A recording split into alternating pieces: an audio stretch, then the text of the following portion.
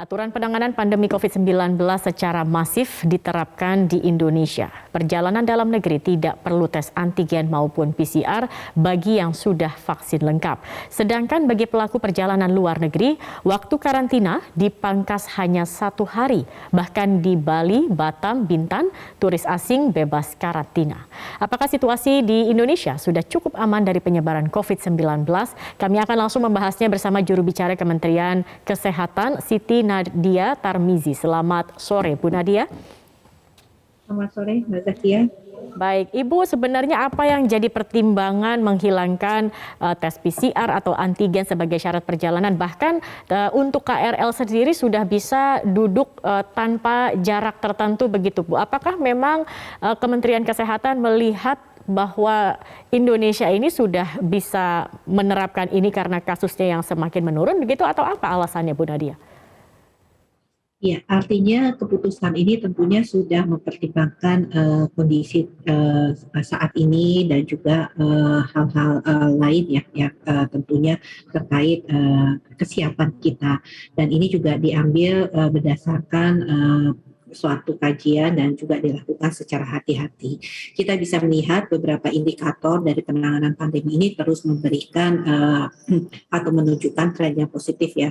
Kalau kita lihat peningkatan kasus yang terjadi sebagai kemungkinan besar dari varian Omicron yang sudah mendominasi 80% sampai 90% virus yang beredar di negara kita melihat bahwa tren penurunan selama 14 hari terakhir ini sudah terjadi, terutama pada provinsi-provinsi di Jawa, Bali, dan sebagian besar provinsi luar Jawa, Bali juga sudah terjadi pelandaian daripada kasus konfirmasi.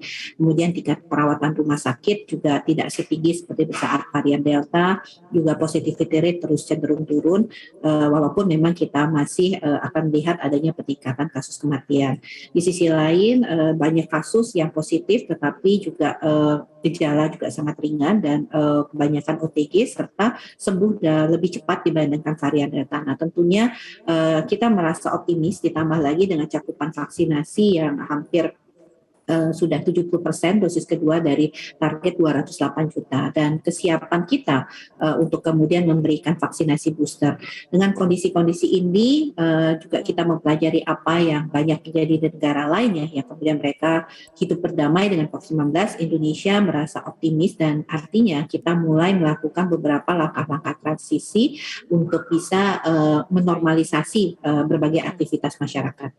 Baik, Bu Nadia, meskipun dinilai begitu ya saat ini kasus sudah semakin menurun dan kita juga menyiapkan untuk hidup berdampingan dengan COVID-19, tetapi masih ada masyarakat yang kemudian juga bertanya-tanya dan sedikit khawatir begitu untuk melakukan perjalanan. Karena dulu ketika ada tes PCR ataupun juga antigen, ini masih ada celah-celah yang dipergunakan sehingga orang yang positif pun masih bisa mengikuti atau berjalan dengan transportasi dalam kondisi positif. Nah, kalau sekarang aturannya tidak ada sama sekali, apakah ada aturan lain untuk pengetatan terkait dengan perjalanan ini?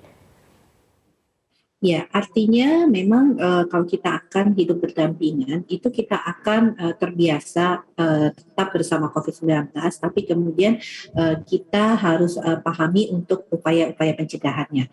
Nah, kami sampaikan bahwa pertama, protokol kesehatan itu tetap sebagai bagian yang tetap harus dijalankan pada pelaku perjalanan dalam negeri.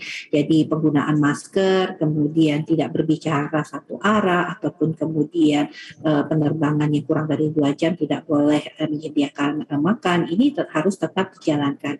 Yang kedua adalah vaksinasi. Jadi yang bisa tanpa pemeriksaan PCR atau antigen adalah orang yang sudah divaksin 2 kali. Bahkan kemudian orang yang sudah mendapatkan booster itu akan memiliki proteksi yang lebih tinggi.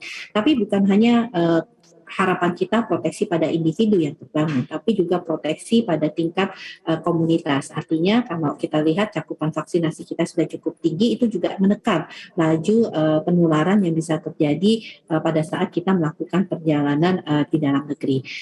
Ini jadi tentunya syarat-syarat yang harus kita kejar untuk kemudian kita bisa mengendalikan kemungkinan penularan yang terjadi. Penularan itu bisa terjadi, tapi kita tahu bahwa prokes itu membuat potensi penularan itu bisa menurun sampai dengan, atau proteksi kepada kita itu bisa sampai dengan 100%. Yang ketiga adalah walaupun terjadi peningkatan kasus, kalau nanti kita hidup dalam kondisi endemi, yang penting adalah peningkatan kasus itu bisa kita tangani dengan baik, tidak membebani masyarakat dan juga tidak mengganggu aktivitas kita. Jadi ini sebenarnya adalah suatu proses transisi dan tentunya proses transisi ini pasti akan ada evaluasi ya, Mbak Zakia ya. Artinya bukan berarti ini akan menjadi suatu keputusan final.